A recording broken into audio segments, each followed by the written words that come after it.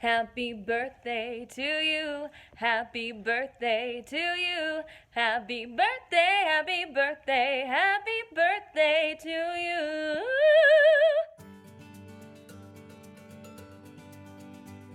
Hi everyone, Carol and Kristen here of Luminous Ministries, and we don't know about you, but February and March are big birthday months in our family. Mom's birthday was just here at the end of February. Grandma's before that, Mallory's, my daughter-in-law, and then mine and my twin sister, and then we go to Alex's today, cousin Alex. And then we have you, or Derek is next, and then you, all within about a very short period of time, less than a month. So we have birthdays on the brain, and so we wanted to share a couple of our tips for keeping birthdays a spiritual experience. So moms, you want to go first? Should we put our plate down? I don't know. It's pretty cool. We always make the birthday person eat their cake off of this plate, so that's also this the plate significance. is so old. I bought this years ago, and even if it's a little small piece of cake or a little cupcake, they have to eat it off of this plate when it's their birthday. Or if it's like, I always love your coffee cake, so not your typical cake, but whatever cake you're having, or most brownies people like or whatever. Ice cream cake, or they like cupcakes or whatever. Not my kids. They like unleavened almond coffee cake for their birthdays. So good. At least you and Katie do. Okay, we're going to put that down. And well, I think that the one thing I'd like to start out with is that I think that on your birthday, in order to make it extra spiritual, I think it's a really great idea to give thanks to God for giving you life. I mean, He gave you the gift of life. Yeah. And so whether it's your birthday or if it's somebody else's birthday, you can still spend time in prayer thanking God for their life and for all the good that has come from their life. And so I just think a great place to start is with gratitude. And if you send them a card, maybe you would even consider sending a spiritual bouquet card, which is a card filled with prayers for the intention of that person, for their life, for their soul. And I just think that would be a beautiful way to celebrate a person, is by sending them the gift of prayer through a spiritual bouquet. So that's kind of where I'd like to begin, is just giving God the gratitude for creating you in the first place, in all of your intricacies and all of your uniqueness. I mean, you think about it. We did a program a while back about snowflakes and how they're all unique and different, and the same is true of people. We're all unique. There's no two alike anywhere. So what a miracle that is. For sure. I love starting off with gratitude. Another thing that I think about in terms of a gift is spiritual bouquet. Those are the gift of your prayers. But another gift I think that would be really neat is just affirming that person on their birthday. We so often think about a physical gift, but what really lasts with people? They say people will forget what you said, but they'll never forget how you made them feel. Right. Or if it's in a card, they're not going to forget what you said unless they get rid of that card. Right. So whether that's either verbally or written down, expressing to the person the gift that they are in your life. So what are some of your highlight memories? What are some of your highlight moments? And then even transitioning that into even more spiritual is, what are some of the virtues you think that they really excel at exuding? Is it that they are a really patient person in a world where patience is severely lacking? Right. Is it that they are so incredibly loving? What are the virtues that they are really exhibiting to the world? And share that with them, because what a gift. I mean, I don't know about you, and I love getting gifts and I love giving gifts, but I can say that when people really affirm me, that's such a blessing, and such a gift. Yeah, it absolutely is. Okay, so another idea I have is, it is your birthday, so you should get to do something you love to do.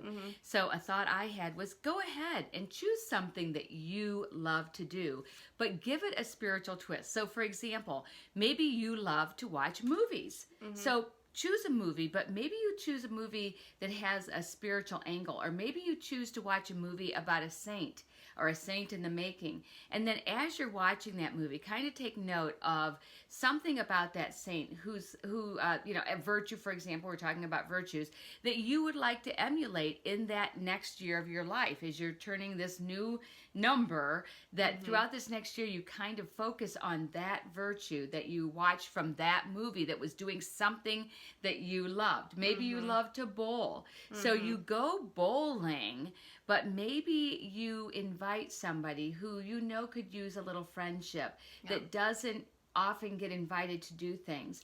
And that. so you have taken your birthday and you're still doing something you love, but you're doing it with someone who needs a perk, needs a little extra time and attention. And so it doesn't matter what it is you love to do. There's a way to give it a spiritual twist. I love that.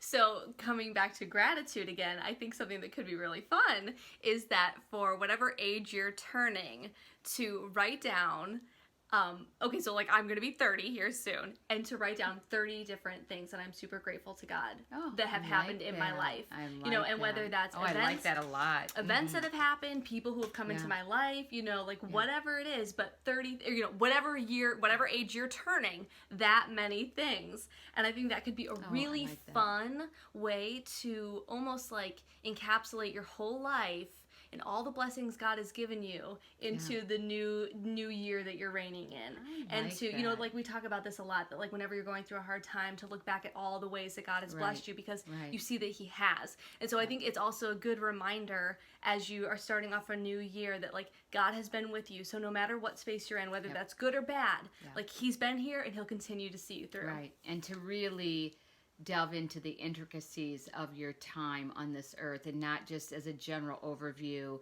Sometimes I think we look at our lives as a general overview, and we see, well, there was this big thing that was good, and then there was this big thing that was bad.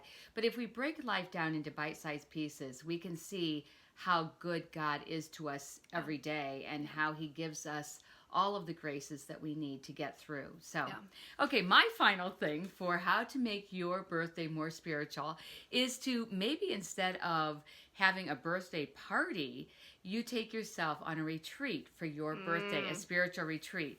And if it doesn't work out, if you have a family that really likes to celebrate and wants to celebrate you, then maybe you do have your party or do your thing that you want to do, but then you make it you just dedicate yourself to going on that retreat sometime during the month of your birth. So, or even like on your half birthday, if you want to do it at a completely different time. You could do that too. I love this. But so if you do it on your birthday, or if you do it the month of your birthday, or as Kristen just pointed out, the halfway mark, but you actually take yourself on a spiritual retreat by yourself, where it's just between you and God, where the point is to grow closer to God, the God who gave you life and who wants to continue to give you life.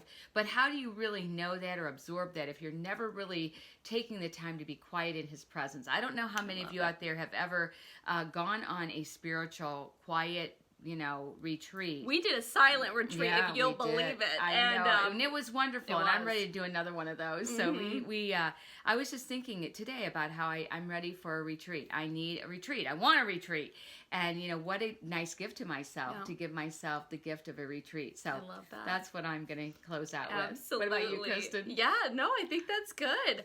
I think that there are so many different ways that we can enter into our birthdays and make them super spiritual. And maybe one final one, and it kind of echoes the other ones. But, if you are having a little get together, that, you take time to share your favorite stories about that person. We're a family that we love storytelling. And, it can be fun because you can kind of razz people, but then you can also share, like, this was a monument. Is it a toast or a roast? Right. Sometimes that gets confusing in our family. Yeah. Well, keep it mostly toast.